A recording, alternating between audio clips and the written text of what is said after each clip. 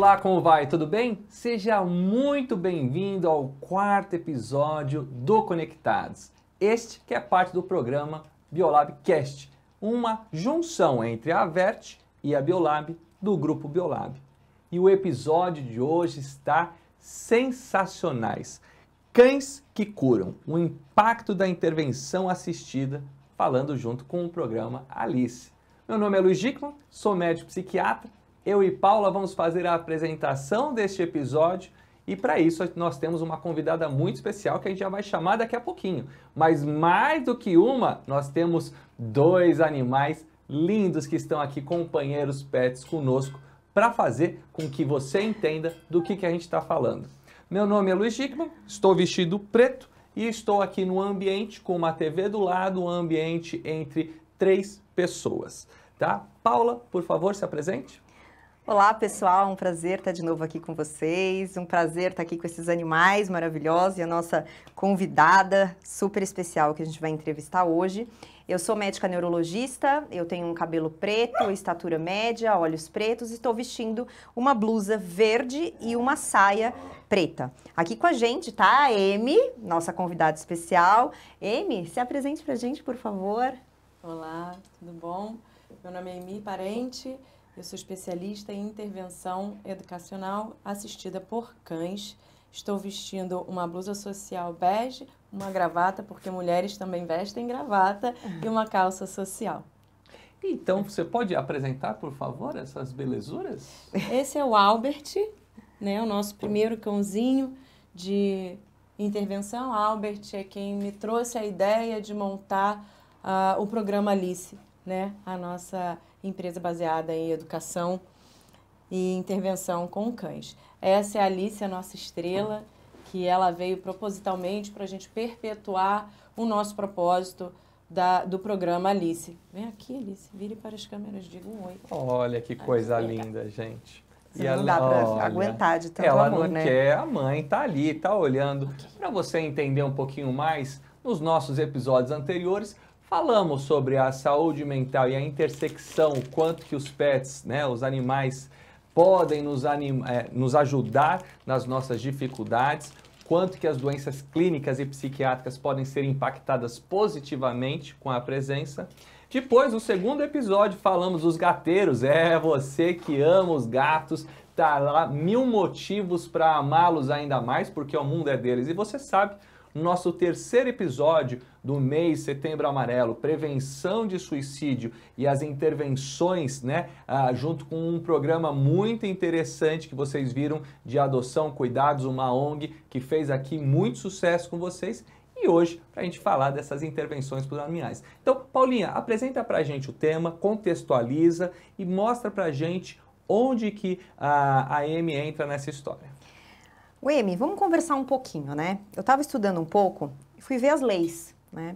Eu vi que a gente tem uma lei, a 9328, aí de junho de 21, do governo do estado do Rio de Janeiro, que permitiu já o ingresso aí de animais domésticos e de estimação na rede pública estadual de saúde por período pré-determinado e sob condições previamente acordadas. Eu, como profissional de saúde, como médico, acho que o Luiz também, a gente vê de olheiro, na verdade, né, o quanto esses pacientes são beneficiados por essas visitas, né? Eu queria que você explicasse melhor, de uma maneira científica, né, falasse pra gente como é que esses animais funcionam, né, qual o impacto da intervenção assistida, se você conhece outros estados que tenham esse tipo de lei. Correto, maravilha. Obrigada, doutor Luiz, obrigada, doutora Paula, pelo convite, obrigada, Biolab. E, sim, tem outros estados no Brasil que permitem a entrada de cães de intervenção, para visita, né? E o nosso trabalho é no Rio, iniciou no Rio, apesar da gente, graças a Deus, ter agora um polo aqui em São Paulo. E como que acontece, né? A gente beneficia não somente a instituição e os pacientes, mas o todo. São os familiares, são os profissionais que estão ali passando, se dedicando a sua vida, passando os seus dias, né? E isso estende até em casa também, para os pacientes que têm a família, os familiares que estão em casa esperando o retorno deles, né? Esperando a melhora deles, e para as pessoas que estão ali trabalhando também. Então, você leva para o seu dia a dia, o seu retorno, um ar novo, né? Aquele ar do momento presente, não daquele passado, daquele futuro. Então, a gente renova ali as relações, a gente humaniza ali as relações por um todo com a visita dos nossos cães, dos nossos parceiros, dos nossos voluntários. Eu tô aqui apaixonado, meu Deus do céu, que cachorra fofa que a gente trouxe aqui no estúdio. Muito carinhosa. Né? Emi, conta uma coisa pra mim, a gente tá em outubro agora, né? E a gente sabe que outubro aí a gente tem uma grande conscientização do câncer de mama. Existe um papel do cão de intervenção assistida, né? Na intervenção assistida dentro do paciente oncológico, existe um espaço para isso? O cão, ele, via de regra, ele viabiliza ali o tratamento quando a gente, por exemplo, né, numa das unidades que a gente atua é a unidade de paliativos. Então, é uma realidade bem sensível, né? E quando a gente entra com um cão, ele é o fator positivo daquela relação. Então, tem muitos pacientes e familiares que estão em negação. E quando a gente está ali com o cão, a gente consegue amenizar essa situação. E os pacientes e os familiares, eles têm uma aceitação maior pelo tratamento, né? Por exemplo, toda semana que a gente chega, eles estão esperando a gente, eles vão até o corredor, muitas das vezes não esperam a gente entrar no leito. Então, isso já é um estímulo positivo que aquilo tá acontecendo ali. Fora todos os dados científicos que a gente traz com os benefícios da intervenção com cães para os pacientes, para o ambiente, para os profissionais da área da saúde, a gente tem aquele senso de pertencimento, o senso do aqui e do agora, né? Então, você esquece um pouco do passado, você para de se preocupar um pouco com o futuro e você vive aquele momento de passar a mão no pelo, de levar uma lambida, dessa troca de olhares. Então, essa parte da humanização das relações é muito importante, né? Principalmente para aquela pessoa que está tão vulnerável naquela situação de não saber o que está realmente acontecendo ou o que vai acontecer. Então, esses seres que não julgam estão ali para passar o amor, aquele momento do aqui e do agora. Você sabe que é engraçado, você falando aqui, eu estava lembrando, quem quer conhecer o nosso cachorro Tony, ele estava no primeiro episódio, é um Golden.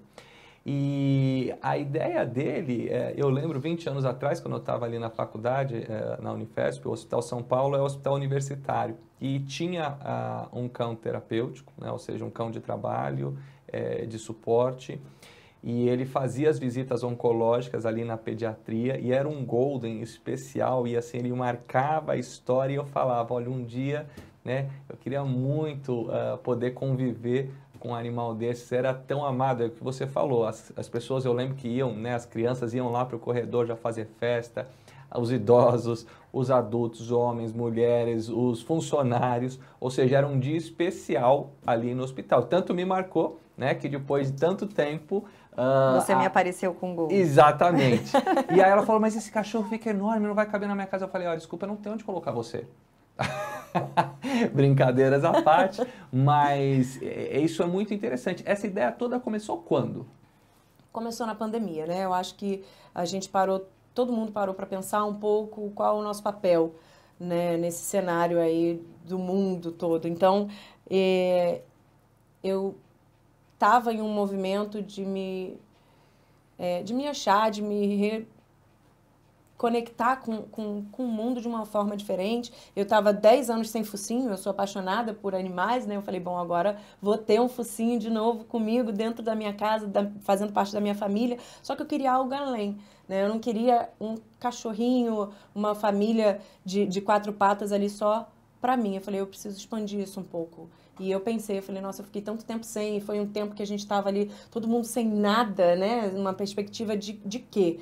Eu falei, eu quero que seja um benefício para outras pessoas. Eu quero que eu deixe um legado aí para que, se em algum momento na vida eu não puder ter um bichinho perto de mim, que eles venham por outro meio. Então, eu comecei a trabalhar em cima disso e a gente está dentro de uma escola, de uma rede de ensino chamada Maplebear, não sei nem se eu posso falar o nome, mas, enfim, canadense, e que é uma escola inclusiva. E foi quando eu vi uma necessidade muito grande de quebra de barreiras na comunicação de crianças atípicas com o ser humano. E eu falei, gente, isso é muito difícil. O ser humano é muito difícil de se relacionar. Então, assim, se entrasse um animal naquele momento, eu tenho certeza que iria impactar muito mais forte aquela relação. E foi quando eu falei, eu preciso trabalhar com isso também. E aí juntou a parte da área da saúde, porque a gente estava vivendo um momento da área de saúde, né, de emergência na área da saúde em geral, mundo, e veio com as crianças atípicas. E aí eu falei, bom, é isso que eu vou fazer. E aí comecei a costurar, comecei a estudar, comecei a me especializar, e foi quando eu montei o programa Alice, para poder atuar na área de educação, não somente na área do colégio, né, de ensino, mas na área de educação, de passar informação, e na área da saúde. E foi quando eu bati na porta do INCA e falei, quero trabalhar com vocês. Aí eles falaram, ah, é? E qual a equipe que você tem? Eu falei, eu, Alice e Albert. Tá ótimo. Olha o trio Parada Dura. E hoje, graças a Deus, a gente está aí em 6 meses, a gente conseguiu capacitar 52 voluntários, duplas de voluntários, né? Que são os tutores e os cães. Olha que demais. Como é que é essa atuação, né? É uma coisa que as pessoas que estão aí assistindo, que eu tinha muita curiosidade, hoje eu estou matando a minha curiosidade de saber, né? Porque a gente luta muito contra a banalização, né, de termos, contra os usos indevidos, contra aquilo que é de fato um trabalho sério, um trabalho com propósito, onde a gente de fato vai buscar, né, uma ajuda para quem precisa, e a gente tem um papel a mais, além do amor incondicional que a gente está em busca de uma função adicional na área de saúde, por exemplo. Né? Como é que é a atuação? O que é a diferença, por exemplo, entre cão de assistência, cão terapeuta, cão de suporte emocional? Ajuda a gente a separar um termo do outro. Maravilha, doutor Luiz.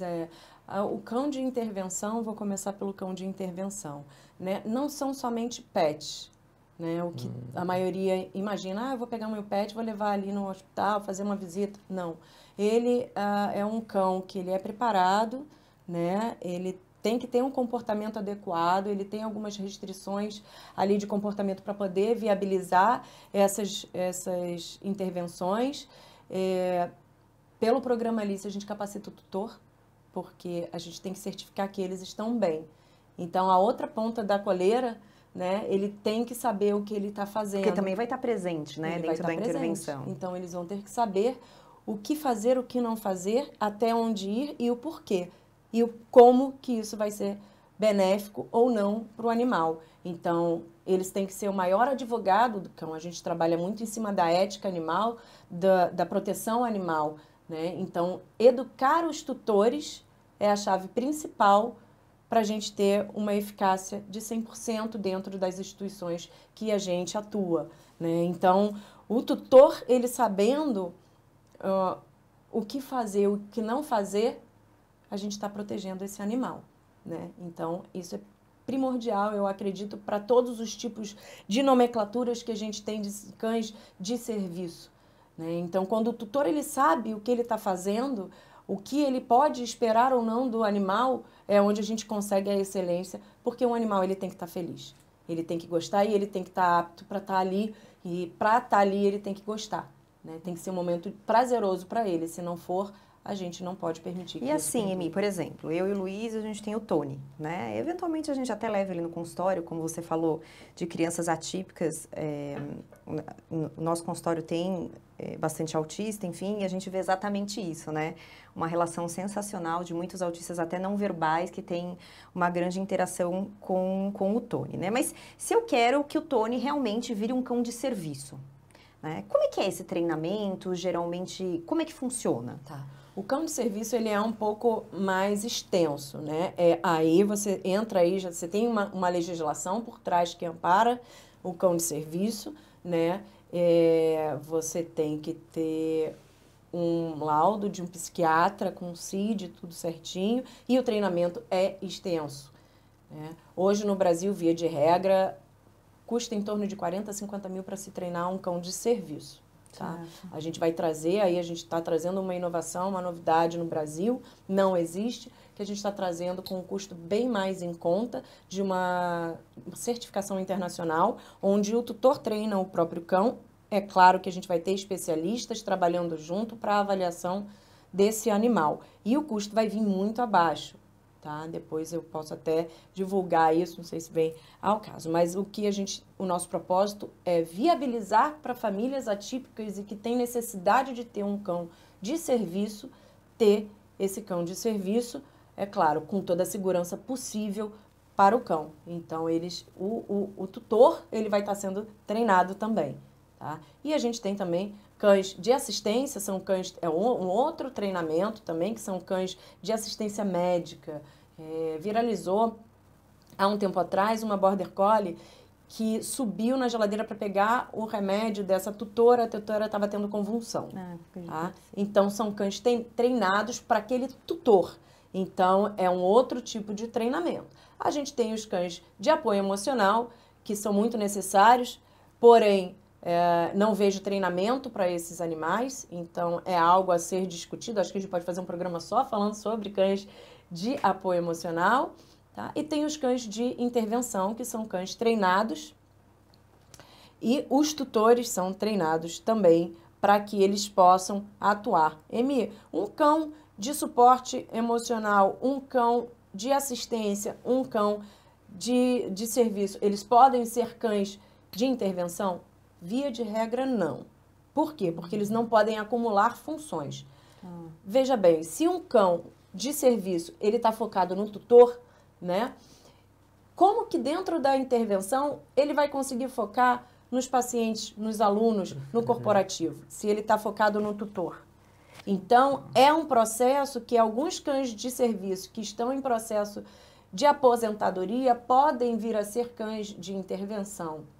Pode. E aí a gente faz um outro tipo de treinamento. Ele migra. Ele migra, porque às vezes um cão de serviço que tem 2, 3 anos é um cão jovem, mas que ele pode ter aí, por exemplo, uma tendência à displasia. Opa, é um alerta vermelho. A gente vai ter que trabalhar aquele cão para ele ir para uma aposentadoria, porque vai ficar muito puxado para ele ser um cão de serviço. Né? Então, como que a gente faz? Ele vai sentir, porque ele tem uma diária muito puxada ali de trabalho. E aí ele ser um cão de intervenção é muito bom para ele e talvez até para o tutor. Então, a gente pode fazer essa migrar, mas não no mesmo momento, porque esse cão ele vai ficar, 1, sobrecarregado, 2, confuso.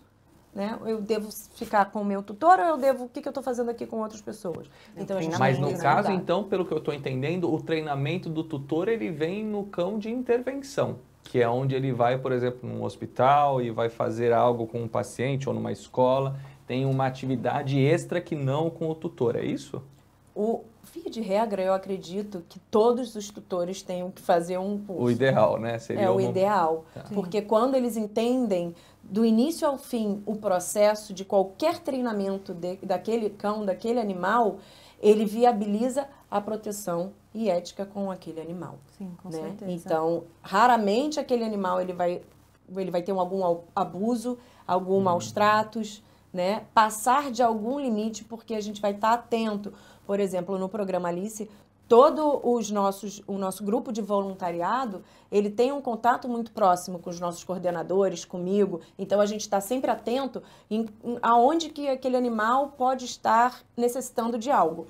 Né? Então, a gente está sempre ali e fazendo a reciclagem também do treinamento. A gente está sempre dando munições para os nossos voluntários de informações recentes, o que há de mais novo, tanto em proteção animal, ética animal, direito animal, né? Intervenções, cães de serviço, de assistência que a gente consegue passar de exemplo para eles poderem... E cadê a Alice aí, Emi, que você contou para mim que, na verdade, ela é embaixadora do projeto Terry Fox Run. Conta um pouquinho pra gente o que é esse projeto, essa estrela, né? A nossa estrela, na verdade, ela tá tirando um cochilo, gente. Tá bom, né? Cansou. É muito cansativo ser estrela. Então, isso é muito bacana, doutora, que graças a Deus aí a gente tá crescendo bastante, está conseguindo impactar muito todas as pessoas. E com esse amor que a gente tem pelo INCA Voluntários, né?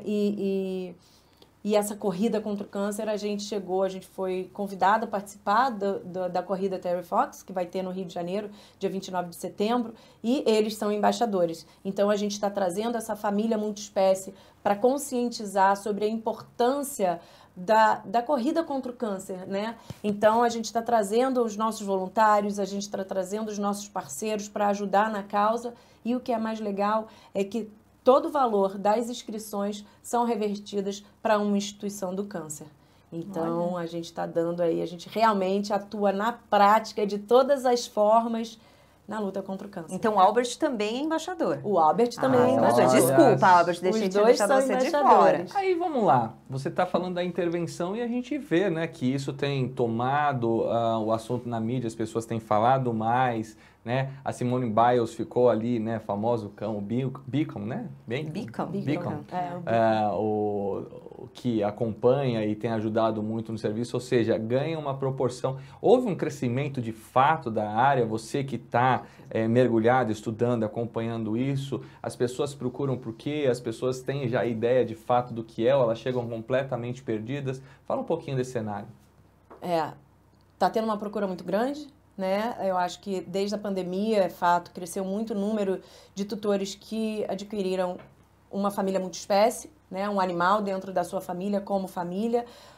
No Brasil, o Rio de Janeiro e São Paulo são os maiores adeptos do mercado pet. O Brasil é o terceiro maior país que consome mercado pet no mundo. Então, assim, a gente está falando por volta de 70 bilhões de reais. É muito dinheiro e, com isso, é o impacto do tamanho desses animais na nossa vida, incluído na nossa família, né? Então, o Rio de Janeiro, hoje, ele reconheceu o animal, o cão e o gato como ser senciente, então eles são seres com direitos, né? O direito animal é um dos maiores que cresce dentro do direito nos Estados Unidos e Europa, então a visibilidade do animal está crescendo muito. E com isso, a gente vendo o impacto dele na vida do ser humano diretamente, né? Então, hoje, vocês viajam, a maior preocupação é você que tem uma família multiespécie. Aonde que eu vou deixar os meus animais? Né? O meu filho de 4 patas, eu vou levá-lo?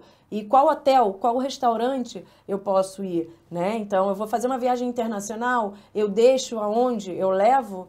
Né? Como? Então, isso, ele está muito mais incluído na família, né? Parece que antes o pet talvez ele fosse uma coisa mais no quintal, para fora. É só bichinho, agora, né? Exatamente. Hoje é uma coisa muito mais incorporada. As famílias diminuíram em tamanho, né? As famílias humanas, elas têm menos filhos, né? A gente essa família nuclear, ela mudou. E a família multiespécie, principalmente em grandes centros, né? Elas passam a representar aí, né, uma forma de congregação familiar bastante comum, querida, procurada, e que gera preocupação, que você falou, né? Qual a infraestrutura que determinado ambiente me reserva? E eu vejo muitos meus pacientes, inclusive, como psiquiatra, que declinam de ofertas de emprego, declinam de mudanças de cidade, de mudanças de bairro, né, por conta dos seus pets, dos seus animais, ou seja, mostrando que antigamente a gente via muito isso. Não, deixa, assim, como não deixa? Não é isso, né? É uma vida e o respeito que se tem a um membro da família,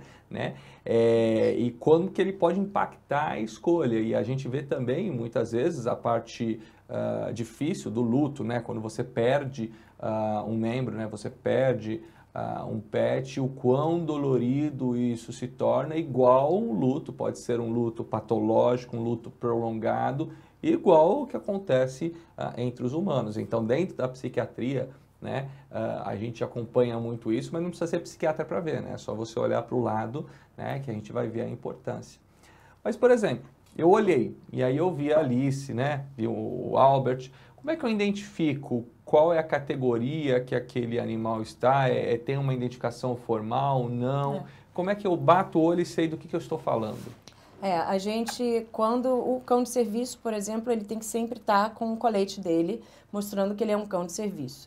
Né? Os cães de intervenção, via de regra, os nossos cães de intervenção, né, das nossas duplas, eles têm um colete e no colete diz cão de intervenção ou therapy dog. Né? E a gente sempre com o nosso logo e a nossa bandana, porque quando a gente chega nas instituições, eles já identificam, chegaram os cães de intervenção, chegaram, aí eles chamam por nome, já sabem por nome em tudo, mas é sempre importante, muito importante eles estarem documentados, né, e com a identificação para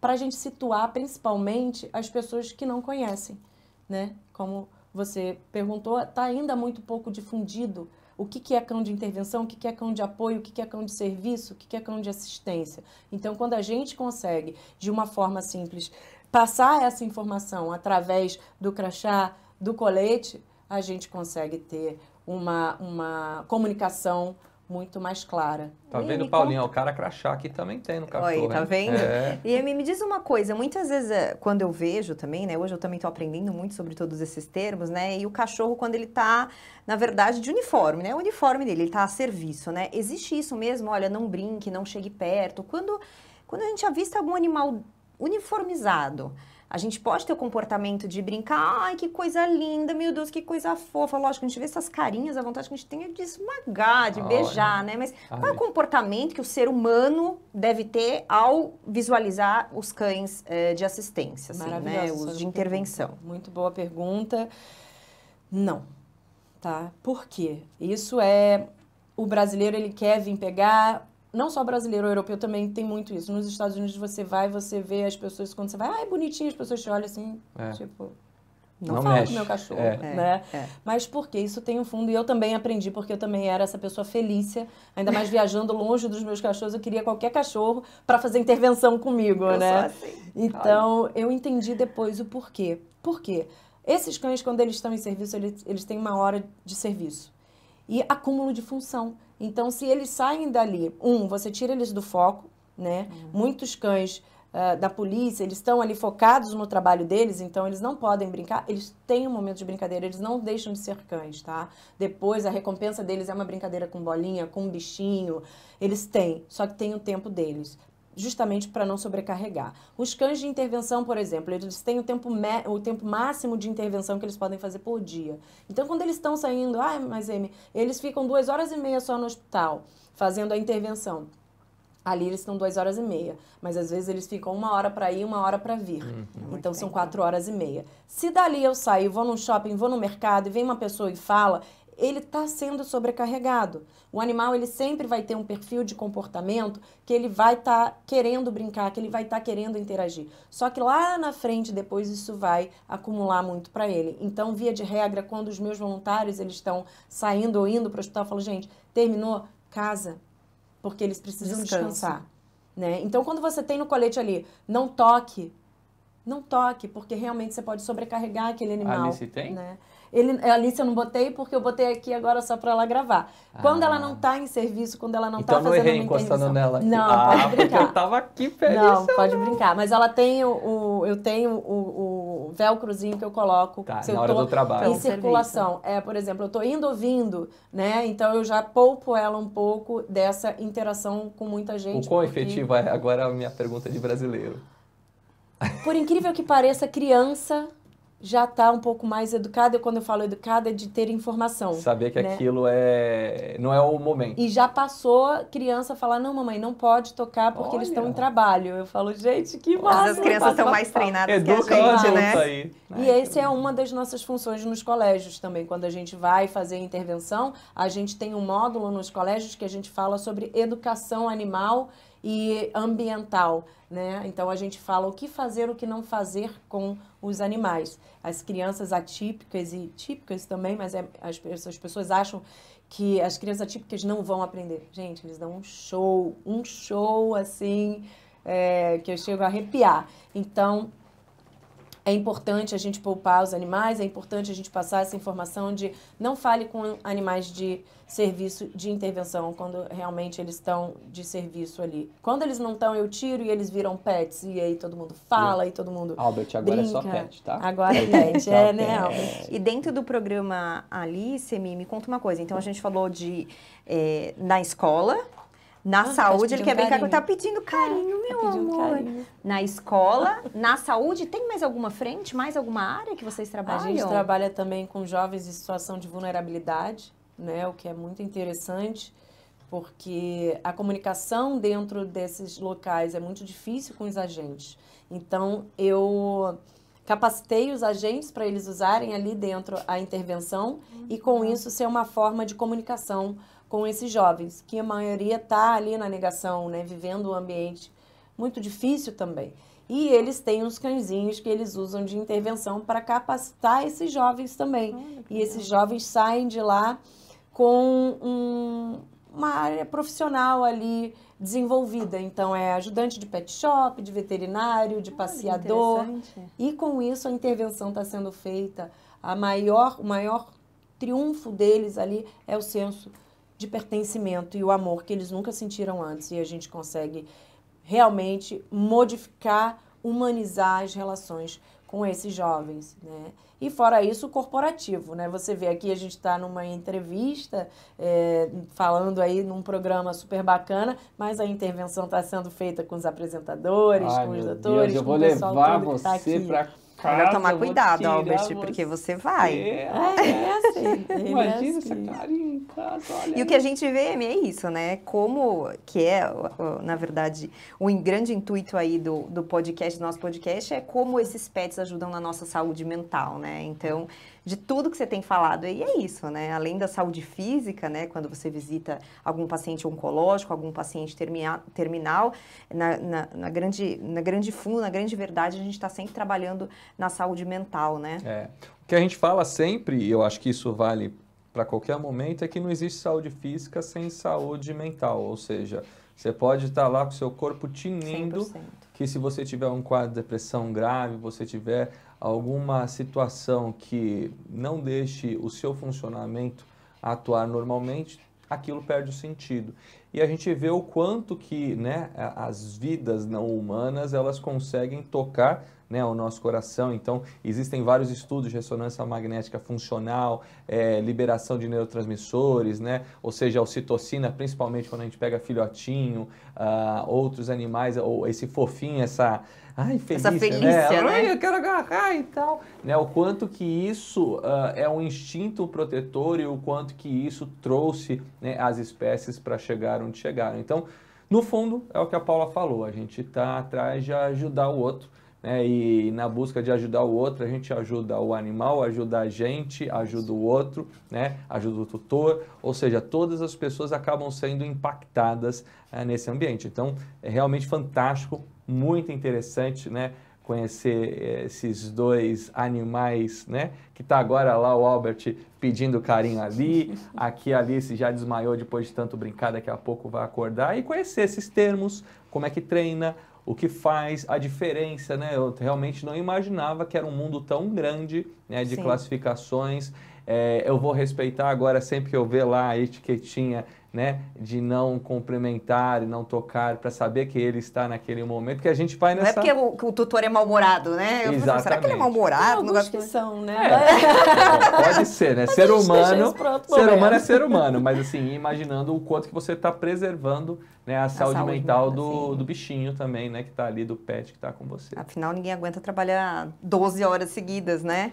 Trabalho é bom, mas se fosse lazer, eu chamava lazer e não trabalho, não é isso? Então, lógico, com certeza. Só tira a última dúvida aqui para mim.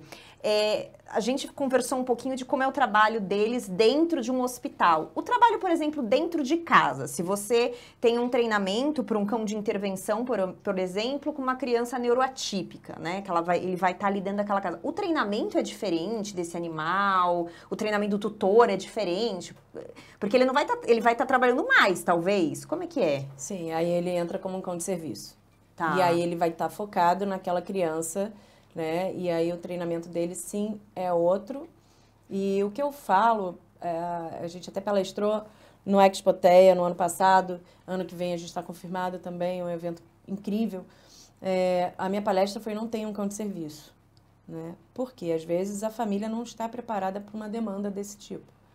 Né? Então, porque a criança já demanda muito, né? Porque a criança já demanda muito, né? Além dela demandar muito dentro de casa, ela tem uma rotina, às vezes, muito intensa, né? De terapia, de estimulação, de exercícios extras. Então, eu falo, tente primeiro uma intervenção.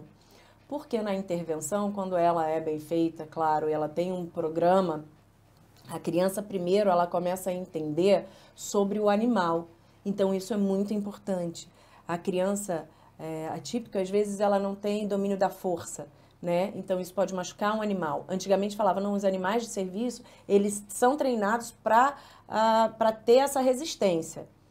e, na verdade, não tem essa necessidade.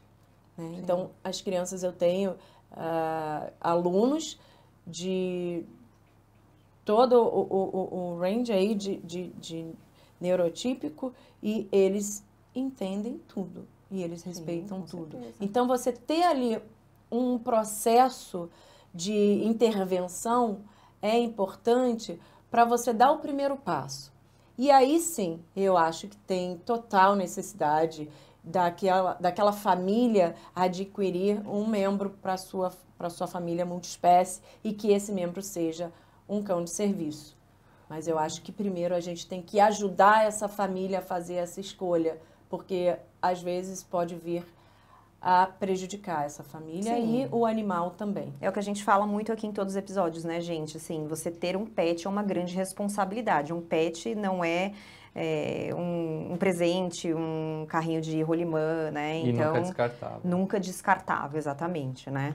Então, pessoal, eu chamo vocês a acompanharem as redes sociais, @biolabfarmacêutica e @averte saúde animal. Lembre-se que o nosso podcast está aqui nos principais streamings visuais e ou só de áudio e que a gente está presente nas redes sociais com esse projeto Conectados, que é uma parceria entre a Biolab, né, e a Averte ambas do grupo Biolab. E aí eu queria, Amy, que você falasse aí nas suas últimas palavras como é que o pessoal faz para te encontrar, quais são as suas redes sociais e qual a sua mensagem final para o nosso público. A gente tem o nosso site, né, que é programalice.com.br. A gente tem o Instagram, que é Patai Programalice. E é só mandar uma mensagem que o nosso time está pronto para responder, para ter vocês com a gente também. E eu acho que a mensagem é a gente abrir um pouco mais o nosso coração e humanizar as relações por aqui e agora. Então, esses seres sensacionais, hoje aqui os cães, mas todos os animais, eles têm um papel muito maior na nossa vida, na vida de todos os humanos, né, da humanidade, que é trazer o amor e deixar a gente viver o momento presente. Não é a gente se preocupar com o momento passado e nem muito com o futuro, mas a gente viver o hoje, que sem hoje a gente não vai para lugar nenhum. Né? Muito Isso bom. aí. Paulinha, quais são as suas palavras finais, encerramento? Gente, gostaria de agradecer muito aqui, mais um excelente episódio. Obrigado, Amy, por toda a informação. Aprendi demais hoje. Obrigada a Já estou você. pensando seriamente em nosso Tunico aí virar, Olha né, só. um estudante aí do programa eu trouxe aí um Alice, presente né? para vocês. Ai, que delícia, Um gente. convite. Então, continue nos seguindo aí nas redes sociais. Daqui a pouco a gente vem com mais podcasts aí, com grandes temas aí que vão trazer muito interesse para todos vocês. Tá bom? Até mais, pessoal! Um grande abraço e até a próxima. Tchau, tchau.